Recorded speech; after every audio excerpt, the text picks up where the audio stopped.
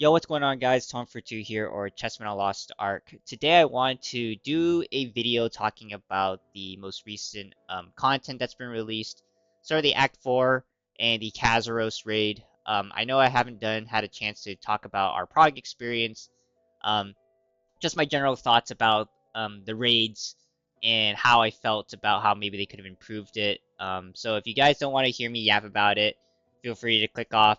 But yeah, just a warning, a heads up.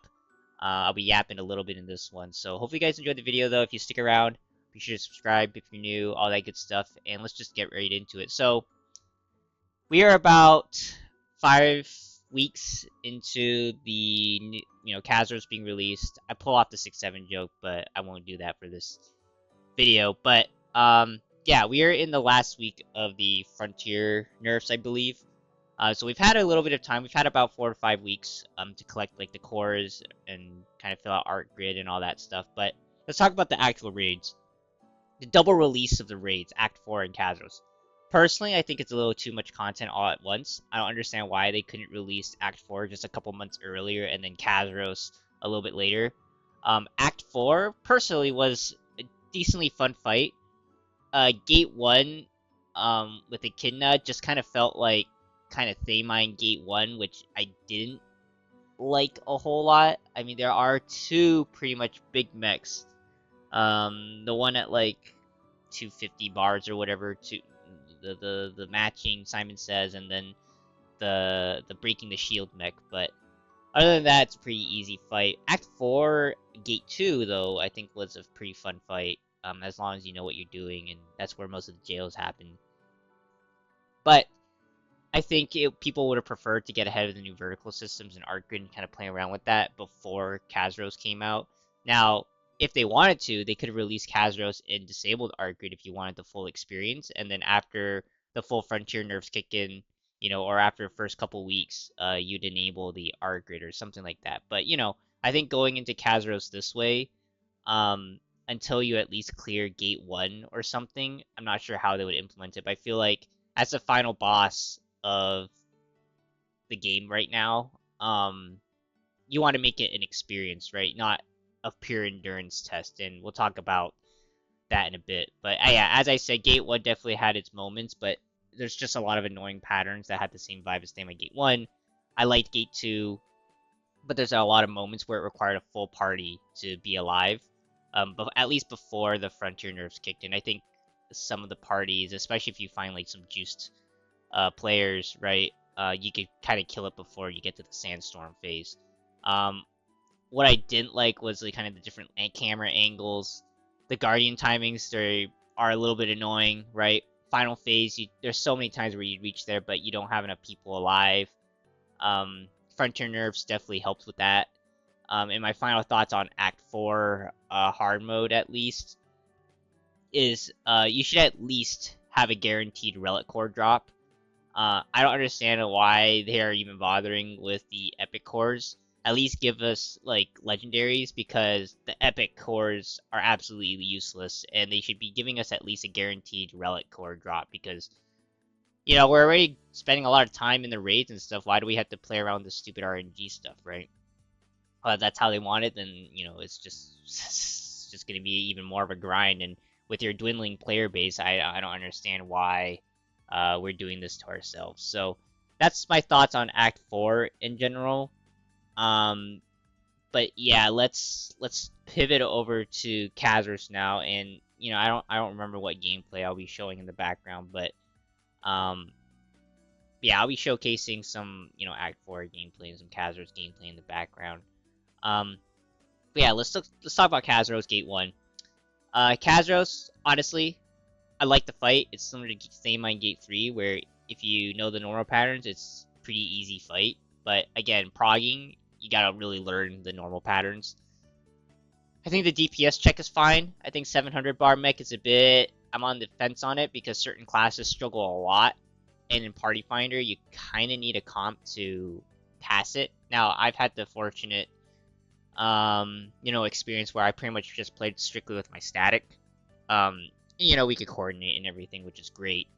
Who needs to bring whirlwinds, who needs to bring darks, that sort of thing. But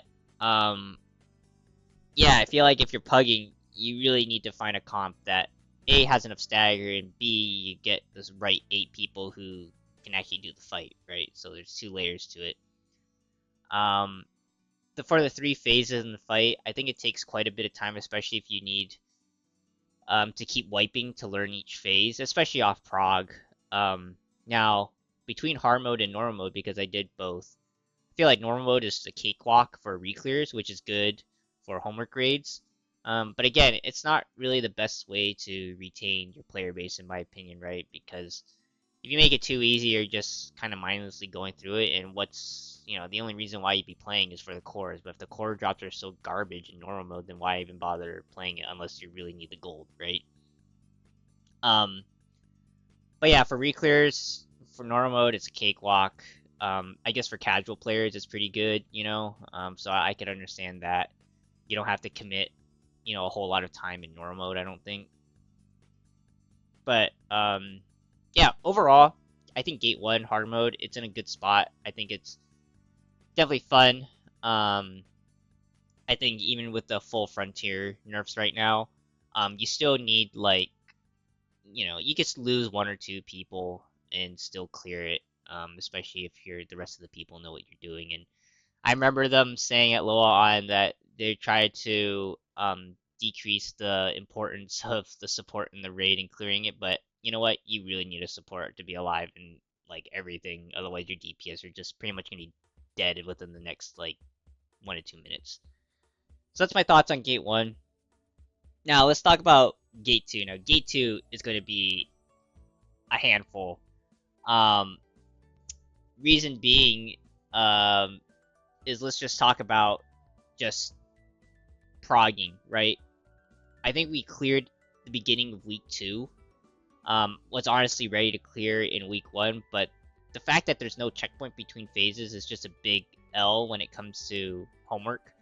I think we just ran out of time, just because I wanted to clear with my static members and stuff, and some people had other time commitments and stuff, so that's when it started getting a little bit complicated. But we were ready honestly to clear week 1. We just kind of ran out of time.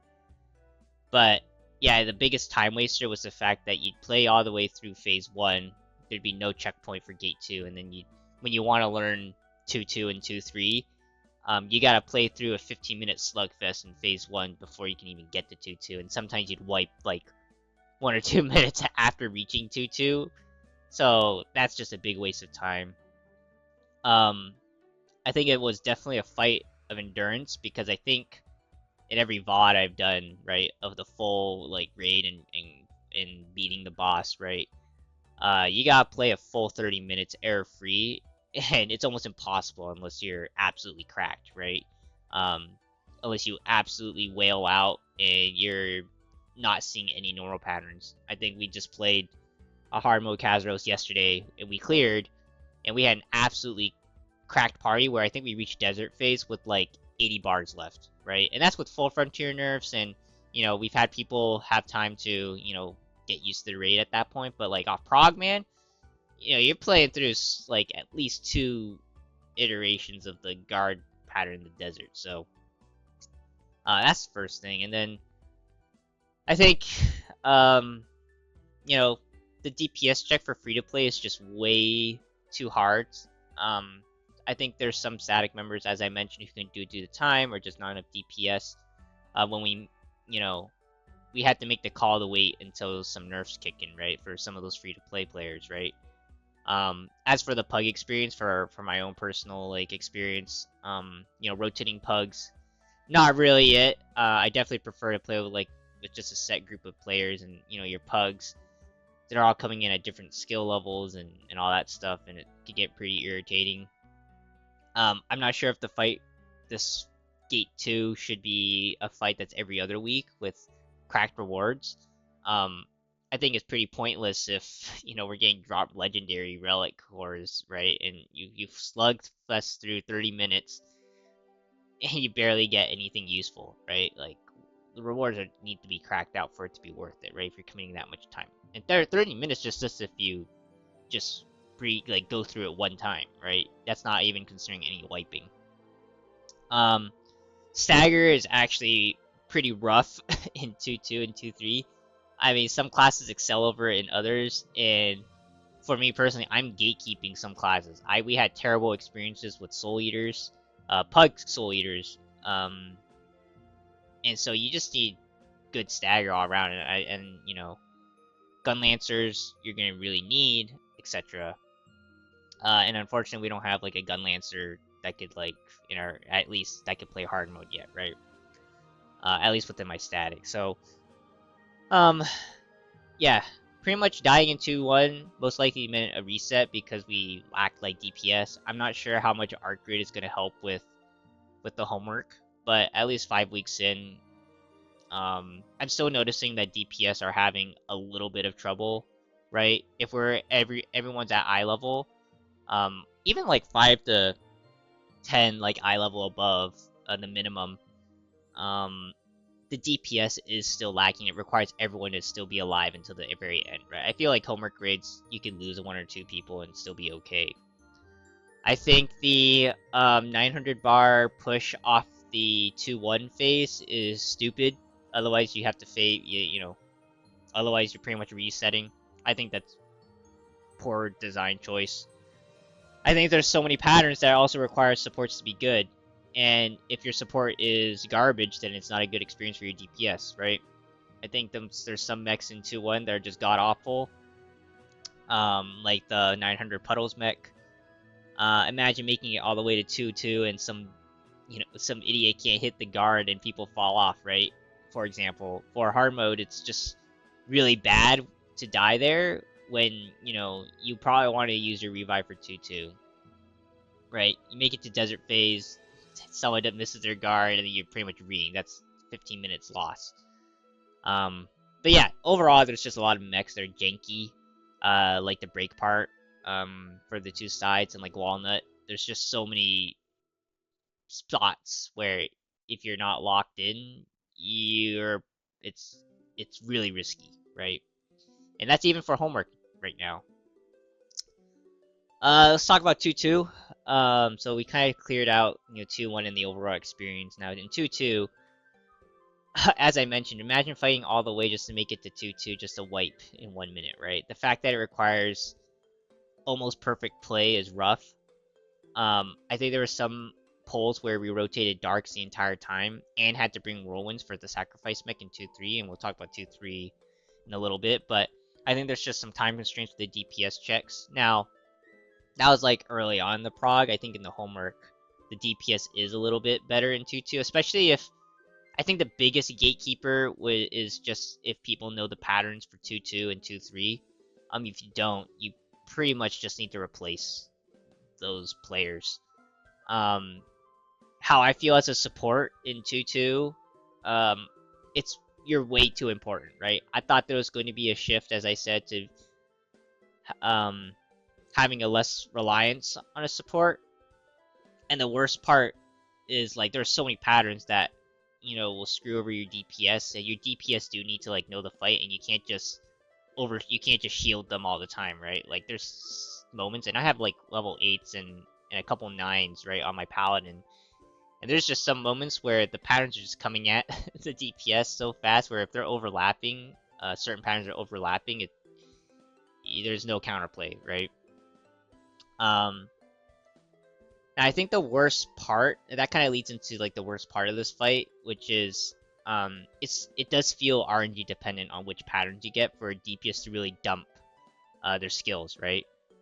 There's some parts that the DPS can dump really hard, and there's other runs where it's impossible for some classes like Igniter Sork, or Soul Eaters. Like if the boss does these patterns where you're constantly having to dodge and guard and stuff, then there's no way that they're going to be able to get their DPS off, right? But you're getting like the stagger counter mech, or the Kaisa mech, right? Those are really easy to dump.